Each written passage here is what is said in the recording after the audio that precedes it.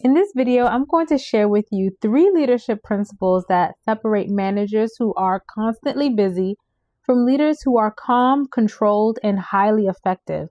These are the principles I'm seeing when I interview managers every single week. And mastering these doesn't make you loud, it makes you dangerous because you stop managing chaos and start managing outcomes. The 3 principles are the authority paradox, the obvious target trap, and the emotional labor fallacy. And if you understand these 3, you will never lead the same way again. Now, beginning with my first principle, the authority paradox. Here's the first principle. Most leaders think if I communicate more, I'll gain more respect. So they explain and clarify, re-clarify, but here's the paradox. The more you over-explain, the less authority you project, because authority is not built through repetition. It's built through structure. Let me explain. When I interview managers, I hear things like, I've already told them 3 times. They know what the expectations are. Or I don't understand why it's not happening. That's not a communication issue. That's an enforcement issue. Authority is not about how well you talk. It's about whether behavior changes after you talk. Most leaders stop at the conversation. Highly effective leaders move to the structure. They define the expectations, what happens if it's not met, what timeline applies, and what documentation supports it. That's not aggression, that's clarity. And clarity removes emotional exhaustion. Now, in productivity, you need a product. In leadership, you also need a product. Your product is not being busy. Your product is consistent team performance, predictable results, reduced correction cycles, and decreased emotional labor. If your product is just surviving the week, you're not leading, you're reacting. And the difference between a busy leader and an effective leader is this. The busy leader is consistently putting out fires. The effective leader installs fire prevention systems. That's a different level of thinking. Now, going into my second principle, the obvious target trap.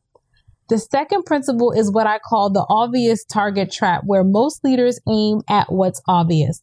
Late employee, have a talk. Missed deadline, have a talk. Attitude issue, have a talk. The obvious target is behavior correction, but that's the surface level. The real target system is weakness. Why was the deadline unclear? Why wasn't the expectation documented? Why is accountability optional?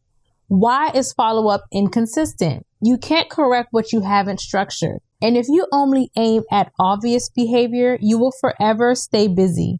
Effective leaders zoom out. They ask what structure allowed this to happen repeatedly. That's where the power is. Moving on to my third principle, the emotional labor fallacy.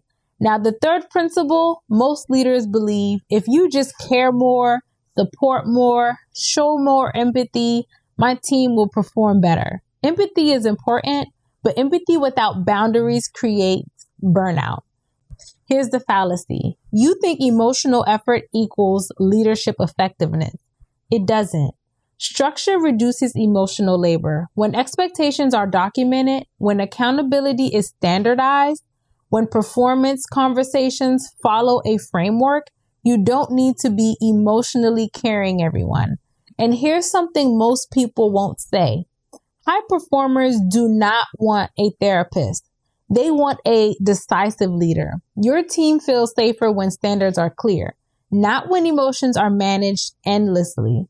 Now, the leadership performance paradox, let me bring this together. The calm leader always looks less busy because they are. They don't repeat themselves. They don't renegotiate standards, and they don't over-explain decisions. They install systems once and enforce it consistently. And because of that, they move slow at first, but they move farther long term.